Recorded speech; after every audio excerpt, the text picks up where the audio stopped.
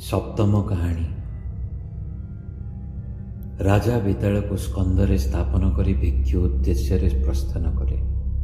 ପଥ ମଧ୍ୟରେ ବିଦାଳ କହିଲା, ହେ ରାଜନ୍, ଆପଣଙ୍କର ପଥଶ୍ରମର କ୍ଳାନ୍ତି ଦୂର କରିବା ପାଇଁ ଗୋଟାଏ କଥା କହୁଛି, ଶୁଣନ୍ତୁ।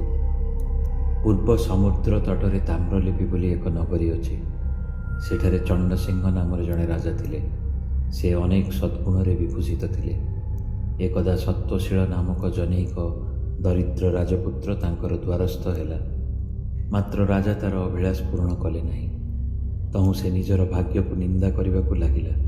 କ୍ଷୁଧା ପୀଡ଼ିତ ଓ ଜୀର୍ଣ୍ଣ ବସ୍ତ୍ର ପରିହିତ ହୋଇ ସୁଦ୍ଧା ସେ ରାଜାଙ୍କର ସେବାରେ ନିଯୁକ୍ତ ରହିଥିଲା। ମାତ୍ର ରାଜା ତା ଆଡ଼କୁ ଦୃଷ୍ଟି ପକାଉନଥିଲେ। ଦିନେ ରାଜା ଅଶ୍ୱାରୋହୀ ଓ ପଦାତିକ ସୈନ୍ୟ ଘେନି ମୃଗୟା ନିମିତ୍ତ ନଗରରୁ ବାହାରିଲେ। ରାଜପୁତ୍ର କୌପୀନ ମାତ୍ର ପିନ୍ଧି ଗୋଟିଏ ଲଗୁଡ଼ ଧରି ତାଙ୍କ ସାଙ୍ଗରେ ଦୌଡ଼ିଲା। ରାଜା ଗୋଟିଏ ବରାହର ଅନୁଧାବନ କରୁ କରୁ ପଥ ବୁଲି ଅନ୍ୟ ଏକ ବନରେ ଉପସ୍ଥିତ ହେଲେ। ସେତେବେଳକୁ ତାଙ୍କ ନିକଟରେ ସେହି କୌପୀନଧାରୀ ରାଜପୁତ୍ର ଛଡ଼ା ଆଉ କେହି ନଥିଲେ।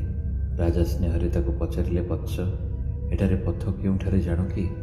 ରାଜପୁତ୍ର ଉତ୍ତର କଲା, ହଁ, ମୁଁ ପଥ ଦେଖାଇ ପାରିବି। ଆପଣ କ୍ଳାନ୍ତ ହୋଇଅଛନ୍ତି, ଆଗେ ବିଶ୍ରାମ କରନ୍ତୁ। ରାଜା ବିଶ୍ରାମ କଲେ, କିନ୍ତୁ ତୃଷାର୍ତ୍ତ ହୋଇଥିବାରୁ କହିଲେ, କୌଣସିଠାରୁ ପାନୀୟ ଜଳ ସଂଗ୍ରହ କର। ଯୁବକ ଏକ ବୃକ୍ଷର ଆରୋହଣ କରି କିଛି ଦୂରରେ ଗୋଟିଏ ନଦୀ ଦେଖିଲା।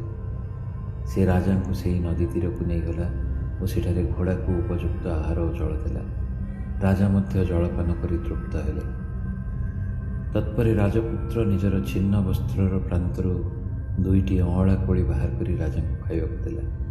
ରାଜା ପଚାରିଲେ, ଏଗୁଡ଼ାକ କେଉଁଠାରୁ ପାଇଲା? ଯୁବକ ଉତ୍ତର କଲା, ଗତ 10 ବର୍ଷ ହେଲା ଏହା ହିଁ ମୋର ଅବଲମ୍ବନ ହୋଇଅଛି। ରାଜା ଏତେ କାଳ ହେଲାଣି ତାକୁ କୌଣସି ସାହାଯ୍ୟ କରିନଥିବାରୁ ଲଜ୍ଜିତ ଓ ଅନୁତପ୍ତ ହେଲେ।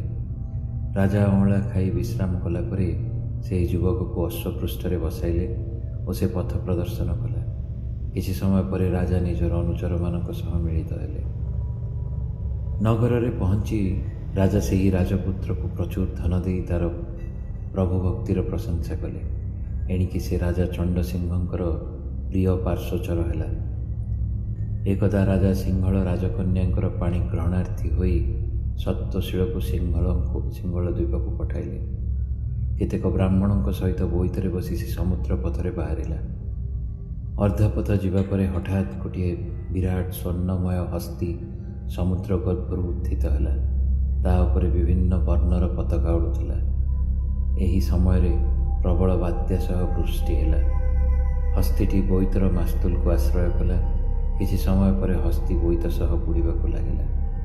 ବ୍ରାହ୍ମଣମାନେ ପ୍ରାଣ ଭୟରେ ରାଜାଙ୍କ ଉପରେ ଗାଳି ବର୍ଷଣ କଲେ। ପ୍ରଭୁଭକ୍ତ ସତ୍ତ୍ୱଶୀଳ ବ୍ରାହ୍ମଣମାନଙ୍କ ପ୍ରତି କ୍ରୋଧ ପ୍ରକାଶ କରି ହସ୍ତୀକୁ ବିନାଶ କରିବା ପାଇଁ ଏକାକୀ ଖଡ଼୍ଗ ଧରି ସମୁଦ୍ର ଗର୍ଭକୁ ଡେଇଁ ପଡ଼ିଲା। ବାତ୍ୟାରେ ବୋଇତ ଖଣ୍ଡ ବିଖଣ୍ଡ ହୋଇ ପଡ଼ିଲା ଓ ଆରୋହୀମାନେ ଜଳଜନ୍ତୁଙ୍କ ଆହାର ହେଲେ। ସତ୍ତ୍ୱଶୀଳ ସମୁଦ୍ରରେ ବୁଡ଼ି ଏକ ସ୍ୱର୍ଗୀୟ ନଗରୀରେ ପହଞ୍ଚିଲା। ଏହାର ପ୍ରାଚୀର ବିବିଧ ମଣିରେ ନିର୍ମିତ। ପୁଷ୍କରିଣୀର ସୋପାନ ମଧ୍ୟ ରତ୍ନ ନିର୍ମିତ। ସତ୍ତ୍ୱଶୀଳ ଏକ ଦୁର୍ଗା ମନ୍ଦିରରେ ପ୍ରବେଶ କରି ଦେବୀଙ୍କୁ ପ୍ରଣାମ ଓ ସ୍ମୃତି କରି ବିସ୍ମୟ ବିଭୂତ ହୋଇ ଦେବୀଙ୍କ ସମକ୍ଷରେ ବସି ରହିଲା। ଏହି ସମୟରେ କୌଣସି ଦିବ୍ୟ ରମଣୀ ସହସ୍ର ପରିଜନ ବେଷ୍ଟିତା ହୋଇ ନିମସ୍ତ ଦେବୀ ମନ୍ଦିରରେ ପ୍ରବେଶ କଲା। ତାକୁ ଦେଖିଲା ମାତ୍ରେ ସତ୍ତ୍ୱଶୀଳର ହୃଦୟ ତାହାଠାରୁ ବଶୀଭୂତ ହୋଇଗଲା। ସେହି ରମଣୀ ପୂଜା ଶେଷ କରି ଚାଲିଗଲା, କିନ୍ତୁ ସତ୍ତ୍ୱଶୀଳ ତାକୁ ଭୁଲି ନପାରି ତାହାର ପଛେ ପଛେ ଚାଲିଲା। ରମଣୀ ଗୋଟିଏ ସୁସଜ୍ଜିତ ଗୃହରେ ପ୍ରବେଶ କରି ପଲଙ୍କ ଉପରେ ବସିଲା। ସତ୍ତ୍ୱଶୀଳ ମଧ୍ୟ ତା ପାଖରେ ଯାଇ ବସିପଡ଼ି ତାର ଅନିନ୍ଦ୍ୟ ମୁଖକୁ ଚାହିଁ ରହିଲା।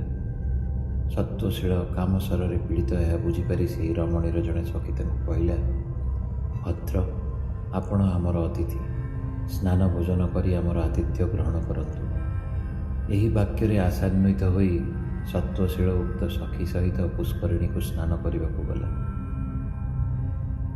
ସେ ସେଥିରେ ନିମଜ୍ଜିତ ହୋଇ ଉଠିଲା ବେଳକୁ ଦେଖିଲା ଯେ ସେହି ରାଜା ଚଣ୍ଡସିଂହଙ୍କ ପୁଷ୍କରିଣୀରେ ସେ ସ୍ୱର୍ଗୀୟ ନଗରୀ ନାହିଁ, ସେ ଦେବୀ ମନ୍ଦିର ନାହିଁ, କି ସେ ସ୍ୱର୍ଗୀୟା କନ୍ୟା ନାହିଁ।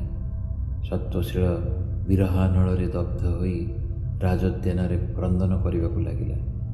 ଉଦ୍ୟାନ ରକ୍ଷକ ରାଜାଙ୍କୁ ଏହି ସମ୍ବାଦ ଦେବାରୁ ସେ ନିଜେ ଆସି ପଚାରିଲେ ଓ କହିଲେ, ସଖେ, ଏ କ'ଣ? ତମେ କେଉଁଠାରେ ଥିଲ? ଏଠାରେ କିପରି ପ୍ରବେଶ କଲ? ସତ୍ତ୍ୱଶୀଳ ଇତିମଧ୍ୟରେ ଯାହା ଘଟିଥିଲା ସେସବୁ ବର୍ଣ୍ଣନା କରିଗଲା। ରାଜା ଚିନ୍ତା କଲେ, ଏହି ଯୁବକ ମୋର କାର୍ଯ୍ୟ କରିବାକୁ ଯାଇ କୌଣସି ରାକ୍ଷସ କନ୍ୟାର ପ୍ରେମରେ ପଡ଼ି ଏପରି ହୋଇଅଛି। ମୁଁ ସେହି ରାକ୍ଷସ କନ୍ୟା ସହିତ ଏହାର ମିଳନ ଘଟାଇ ଏହାଠାରୁ ଋଣମୁକ୍ତ ହେବି। ଏହାର ପରଦିନ ରାଜା ମନ୍ତ୍ରୀଙ୍କର ହସ୍ତରେ ରାଜ୍ୟଭାର ଦେଇ ସତ୍ତ୍ୱଶୀଳ ସହିତ ଏକ ବୋଇତରେ ବାହାରିଲେ। ସତ୍ତ୍ୱଶୀଳ ପୂର୍ବଥର ଯେଉଁ ପଥରେ ଯାଇଥିଲା ଠିକ୍ ସେହି ପଥରେ ଯାଆନ୍ତେ ନିର୍ଦ୍ଦିଷ୍ଟ ସ୍ଥାନରେ ସେହି ସ୍ୱର୍ଗୀୟ ହସ୍ତୀ ଜଳ ମଧ୍ୟରୁ ଉତ୍ଥିତ ହେଲା। ସତ୍ତ୍ୱଶୀଳ କହିଲା, ମହାରାଜ, ମୁଁ ଜଳରେ ବୁଡ଼ିଯିବା ମାତ୍ରେ ଆପଣ ମଧ୍ୟ ସେହି ହସ୍ତୀର ପତାକା ନିକଟରେ ବୁଡ଼ିଯିବେ। ସେହିପରି କରନ୍ତେ ଦୁହେଁଯାକ ଉକ୍ତ ସ୍ୱର୍ଗୀୟ ନଗରୀରେ ଉପସ୍ଥିତ ହେଲେ। ଉଭୟ ଦୁର୍ଗା ଦେବୀଙ୍କୁ ପ୍ରଣାମ କରି ମନ୍ଦିରରେ ବସିଥିବା ସମୟରେ ସେହି କନ୍ୟା ସଖୀମାନଙ୍କର ସହିତ ଆସିବାରୁ ସତ୍ତ୍ୱଶୀଳ ତାକୁ ରାଜାଙ୍କୁ ଦେଖାଇଦେଲା। ରାଜା ବୁଝିପାରିଲେ ଯେ ଏହି କନ୍ୟା ପ୍ରତି ସତ୍ତ୍ୱଶୀଳ ଅନୁରକ୍ତ। ସେହି କନ୍ୟା ମଧ୍ୟ ରାଜାଙ୍କୁ ଦେଖି ଚିନ୍ତା କରିଥିଲା, ଏ ନିଶ୍ଚୟ ଜଣେ ବିଶିଷ୍ଟ ମହାପୁରୁଷ। ରାଜା ଓ ସତ୍ତ୍ୱଶୀଳ ଉଦ୍ୟାନରେ ପ୍ରବେଶ କଲେ।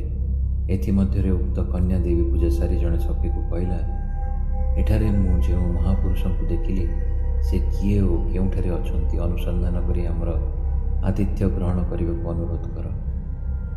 ସଖୀ ଉଦ୍ୟାନରେ ରାଜା ଓ ସତ୍ତ୍ୱଶୀଳଙ୍କୁ ଦେଖି କହିଲା, ଆମମାନଙ୍କର ଆତିଥ୍ୟ ଗ୍ରହଣ କରି ଆମକୁ କୃତାର୍ଥ କରନ୍ତୁ। ରାଜା ଉତ୍ତର କଲେ, ତୁମର ବାକ୍ୟରେ ହିଁ ଆମେମାନେ ଆତିଥ୍ୟ ଲାଭ କରିଛୁ। ଅନ୍ୟ ସଖୀଠାରୁ ରାଜାଙ୍କର ଉତ୍ତର ଶୁଣି ସେହି ଦୈତ୍ୟକନ୍ୟା ରାଜାଙ୍କ ପାଖକୁ ନିଜେ ଆସି ଆତିଥ୍ୟ ଗ୍ରହଣ କରିବାକୁ ବିନୀତ ଅନୁରୋଧ ଜଣାଇଲା। ତହୁଁ ରାଜା ସତ୍ତ୍ୱଶୀଳକୁ ଦେଖାଇ କହିଲେ, ଏହାଙ୍କଠାରୁ ଶ୍ରବଣ କରି ଦେବୀ ଦର୍ଶନ ଆଶାରେ ଆସିଥିଲି। ଏବେ ମୁଁ ଦେବୀଙ୍କର ଓ ତତ୍ପରେ ତୁମର ଦର୍ଶନ ପାଇଅଛି। ଦୈତ୍ୟକନ୍ୟା କହିଲା, ଏ ନଗରୀ 3 ଭୁବନରେ ଆଶ୍ଚର୍ଯ୍ୟଜନକ। ଆସନ୍ତୁ ଏହାକୁ ବୁଲି ଦେଖିବେ। ରାଜା ହସି ହସି କହିଲେ, ହଁ, ଏଥିରେ ଯେଉଁ ଅଦ୍ଭୁତ ସରୋବର ଅଛି ତାହା ବିଷୟ ମଧ୍ୟ ଏହି ଯୁବକଙ୍କଠୁ ଶୁଣିଛି। ଏହା ଶୁଣି ଦୈତ୍ୟକନ୍ୟା କହିଲା, ମହାଭାଗ, ଆପଣ ମୋର ମାନନୀୟ। ଆପଣଙ୍କ ମହାନୁଭବତାର ମୁଁ ଆପଣଙ୍କ ନିକଟରେ ନିଜକୁ ବିକି ଦେଇଛି। ମୁଁ କି ଆପଣଙ୍କୁ ପ୍ରତାରଣା କରିପାରେ? ତହୁଁ ସେ ରାଜା ଓ ସତ୍ତ୍ୱଶୀଳଙ୍କୁ ଅନ୍ୟ ଏକ ନଗରୀକୁ ନେଇଗଲା। ବହୁମୂଲ୍ୟ ରତ୍ନ ଆସନରେ ରାଜାଙ୍କୁ ବସାଇ କହିଲା, ମହାଭାଗ, ମୁଁ ହେଉଛି ଅସୁରରାଜ କାଳନେମୀଙ୍କର କନ୍ୟା। ଶ୍ରୀକୃଷ୍ଣଙ୍କ ହସ୍ତରେ ମୋ ପିତାଙ୍କ ମୃତ୍ୟୁ ହୋଇଅଛି। ବିଶ୍ୱକର୍ମା ମୋ ପିତାଙ୍କ ପାଇଁ ଏହି 2ଟି ନଗରୀ ନିର୍ମାଣ କରିଥିଲେ। ଏଠାରେ ଜରା ନାହିଁ କି ମୃତ୍ୟୁ ନାହିଁ। କାହାରି ମନୋବାଞ୍ଛା ଅପୂର୍ଣ୍ଣ ରହେ ନାହିଁ। ଆପଣ ମୋର ପିତୃତୁଲ୍ୟ। ମୁଁ ମୋର ସର୍ବସ୍ୱ ଆପଣଙ୍କୁ ଅର୍ପଣ କରୁଛି। ରାଜା କହିଲେ, ତେବେ ତୁମେ ମୋର କନ୍ୟା। ମୋର ଏହି ବନ୍ଧୁ ସତ୍ତ୍ୱଶୀଳଙ୍କ ହସ୍ତରେ ମୁଁ ତୁମକୁ ଅର୍ପଣ କରୁଛି।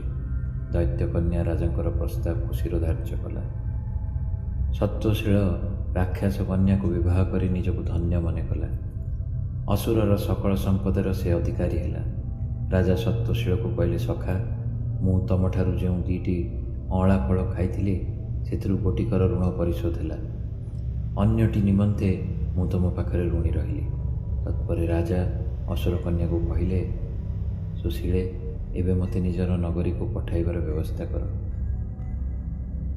ଦୈତ୍ୟକନ୍ୟା ଅପରାଜିତ ନାମକ ତରବାରୀ ଓ ଜରା ମରଣ ନାଶକାରୀ ଏକ ଦିବ୍ୟ ଫଳ ରାଜାଙ୍କୁ ଦେଇ ପୂର୍ବୋକ୍ତ ସରୋବରରେ ସ୍ନାନ କରିବାକୁ କହିଲା।